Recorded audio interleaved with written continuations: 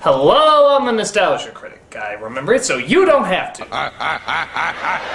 The transition from stand-up comedian to other forms of media certainly is hit and miss. I mean, for every Home Improvement or Seinfeld, you get a Soul Man or whatever the hell that Richard Lewis show was. And indeed, one of the messiest transitions had to be with a comedian named Kэрrot Top, a very bizarre comic who made most of his living making strange and surreal prop jokes. For some reason, somebody thought this would transfer well to film. We can only hope that that person is in a short line for the guillotine. This is Chairman of the Board.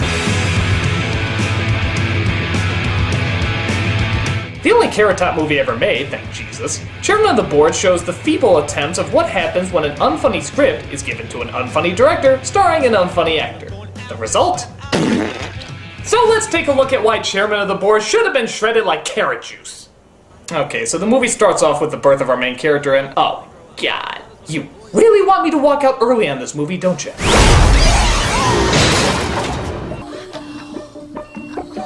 So yeah, if you haven't guessed yet, the movie is pretty much fixed around unfunny cartoon humor. Don't believe me? Here's an unfunny cartoon. This whole opening looks like that mathematics game you played in first grade. You know, the one that tried to entertain you, but by the end you just wanted to eat the fucking screen. We cut to a home that we've seen in God knows how many other films. Actually, I do know too many! As we cut to our main character named Edison, getting up in a way that's also been used a bajillion times.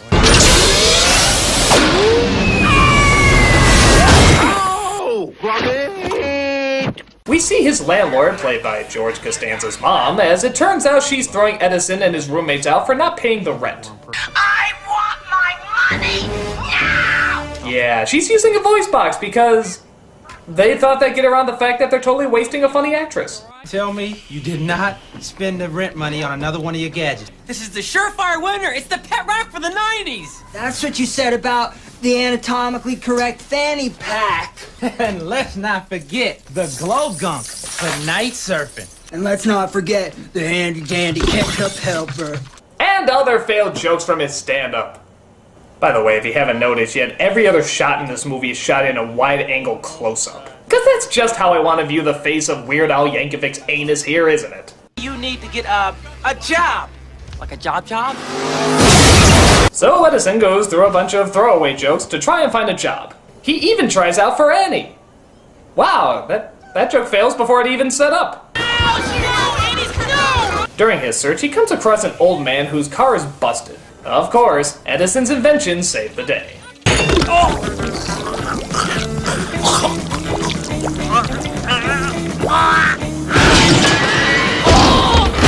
Yeah, I think I can see where Tom Green got his inspiration. I'd appreciate a ride to the beach. I think I still have time to shred a few waves before sunset. You surf? Of course he serves! He didn't just bring his stunt double for nothing, did he? Good spotted, bud! Armin, look, no hands! Yeah, why don't you get off the obviously not moving surfboards and try it for real this time?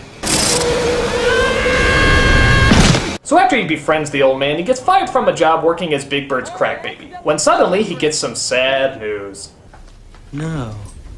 What's up? Wow, he must have wanted out of this movie pretty bad. Not that I blame him, I mean 10 minutes of this movie will cause anyone to burn their contract, but still, it's pretty impressive. We then come across our villain, played by Larry Miller. And give him some credit, he is the only guy who's producing a funny line once in a while. Call you later. Bradford, darling. You have my condolences. Hello, Raquel Welch. It's a done deal. Bingo. Goodbye, Raquel Welch. Hey! Sorry I'm late. I got everything under control! He makes an ass of himself. Next! So while Miller is hoping to be named the new head of the old man's invention company, yeah, I think you can tell where this is going, he turns over everything to Edison, because he surfed with him once. I leave my entire stock holdings, 45% of Macmillan Industries, to my new friend, Edison. Well, unfortunately, he didn't say Edison's last name, so legally this wouldn't fly. But in the magical world of bullshit land, he becomes the new chairman of the board.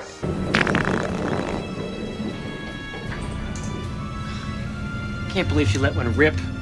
Our first ride up as a group. Oh, come on, own up to it. You know that 5-year-old who tells you a horrible joke that you've heard a million times, but you listen to it just to be nice? Imagine a whole movie like that. I thought you said this inheritance was a sure thing.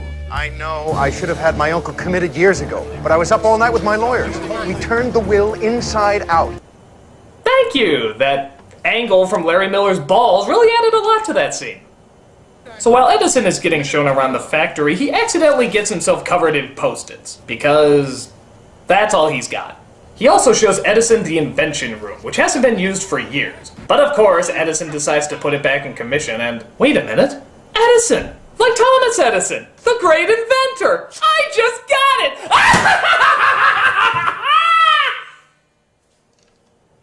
And everybody in the factory couldn't be happier. That is, except for the fact that their pay was cut to make up for all the inventions causing them to strike. Cannot give you all a raise right now, I'm sorry. But can give you something better, huh? A stake in the company. I'm now making every Wednesday afternoon Luau Wednesday! Ah yes, the most easily led staff in all of history. You know, the answer to everything isn't simply a beach party. This isn't Saved by the Bell. He's really a great guy, isn't he? Either that or certifiably insane. And yet you're still gonna be his girlfriend at the end. Slut. So Larry Miller has a diabolical plan to trick Edison into running the company into the ground by having him make terrible business decisions. So yes, chairman of the board is officially ripping off the Flintstones movie. They couldn't even find a good movie to rip off, they just went to the lowest form of creative scum they could find at the time. It's like trying to rip off a rock! What could you possibly gain from it? Wow, Kosick, what a surprise. Hello, Raquel Welch. Now get busy. Goodbye, Raquel Welch. So in order to try and control Edison more, Miller takes him to a racket club. Really? That's the best logo for a racket club you could come up with? Since it's your first time, I'll go easy on you. Oh, for God's sake, did the cameraman just fall there? Did the shittiness of this movie just overtake him and he had to collapse to the ground?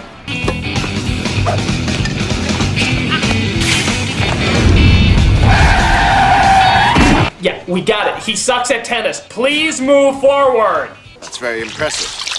You know, Edison, being the leader of a major corporation is about more than playing video games or settling a strike. Your invention idea. What about it? Yeah, he's gonna drink the water. They're just stretching it out. Please move forward. You have to feel the balls, caress them, instead of whacking them. And think of your racket as an extension of yourself. For the love of butter, these jokes are too predictable! I mean, you could just replace the dialogue with... Dick joke, dick joke, dick joke, dick joke, dick joke, dick joke, dick joke. Penis. Please move forward! So while they continue to figure out how to make the movie funny, Edison finds he really starts to hit it up with the cute blonde who also works there, named Natalie. Wanna grab some lunch? Oh no, I can't. Look into my eyes, Natalie. All you're thinking about right now is having lunch with me, Edison, your new buddy. Look back into my eyes, Natalie. Please try to make it semi-realistic that I find you funny. All right. All right! So of course he hits her up for a date as they go to a history museum to eat lunch as a Native American and a cowboy. What makes you think I know? So they go around and look at all the other inventors from the past because, being an inventor, he obviously knows nothing about other inventors. Well, actually, it's to demonstrate static electricity. Watch what happens when you put your hands on it. Go ahead. Wow, you can do that effect without even putting your hand on it. Cool. So Edison finally comes across his most brilliant invention, a TV dinner that actually is a TV as well. Hi, I'm Chef Edison, and when I'm away from home, I still like to catch some of my favorite TV shows. That's why I always bring one of my Chef Edison TV dinners wherever I go. With flavors like, Mavis and broccoli, NYPD Blue, berry pie, and mashed potatoes, there's no reason to be a couch potato at home. You know, I'm just gonna start working on the apology from the filmmakers. Now, you can be one Dear anywhere. film viewers, we are extremely sorry for the film we have given you. We should have known better, and will remember next time to treat you like you have a brain. Sorry, sorry, sorry, sorry. Sorry. So again, just like the Flintstones movie, Edison becomes rich and starts to act like a jackass to all his friends. But it turns out his stock starts to plummet when somebody reveals that they got radiation poisoning from one of his TV dinners. This of course results in his fortune being totally destroyed. The man was glowing like a jack-o'-lantern, Edison. How do you explain that? I don't know, but I promise you it's gonna blow over. Your ignorance is no longer charming. His ignorance was never charming. I think it's time to elect a new chairman. So now Miller is put in charge of the company as he plans to sell it for a whopping big sum of money. No. Got evicted. No, tell me this isn't happening. My surfboard. Dinosaur. They even took the Gallagher DVDs I was stealing from. But Edison makes an amazing discovery. That guy in the video, it turns out, didn't have radiation poisoning. It was just a special kind of makeup the whole time. What? Why didn't somebody just do a test on him? No doctors check to see if he really had it? No official diagnosis? Or... oh well, who cares? Man desperate for jokes coming through! Why are they dressed as crash test dummies, you might ask? Cheese. So Edison comes in and tells everybody about Miller's evil plan. See? A little dab of my non-toxic glow gunk, and anyone can claim they've been exposed to radiation. This whole toxic TV dinner thing was a scam, wasn't it? So you could get control of this company. You stole my formula for glow gunk, didn't you? The plastic lid we found in the secret chamber gave him away. And Alexander's is their descendant. Miller tries to prove his innocence, but luckily he happens to be wearing one of Edison's inventions, the bull shirt, which always points out when he's lying. Why would he be wearing that to begin with? That bull shirt of yours is worth millions. Hello, Raquel Welch. Oh, shut up, Bradford. Goodbye, Raquel Welch. So the business is back to normal, Miller is taken away, and... ew! You gave up Melrose Place for that? Oh, really? This movie was inspired by somebody? Yeah, some jackass came up to Kэрrot Top and said, you should do a movie! Okay, this movie's horrible! It's a shame because I think Kэрrot Top can actually be funny. I mean, I've seen him at a few Comedy Central roasts and even Reno 911, and he wasn't half bad. But by God is he annoying here. He's like Yahoo Serious if he was shitted out by a donkey. The jokes are lame, the cinematography's weird, sometimes you'll get a funny line from Larry Miller, but that's far from saving the movie. It's horribly written, horribly acted, horribly directed, it's just horrible. It's just proof that if a stand-up comedian wants to do a comedic spin-off, they have to put a lot more effort into it than this. I'm the Nostalgia Critic, and if you'll excuse me, I'm off to star in my own comedic spin-off, Critic and Trout! It's the bigger love of the family.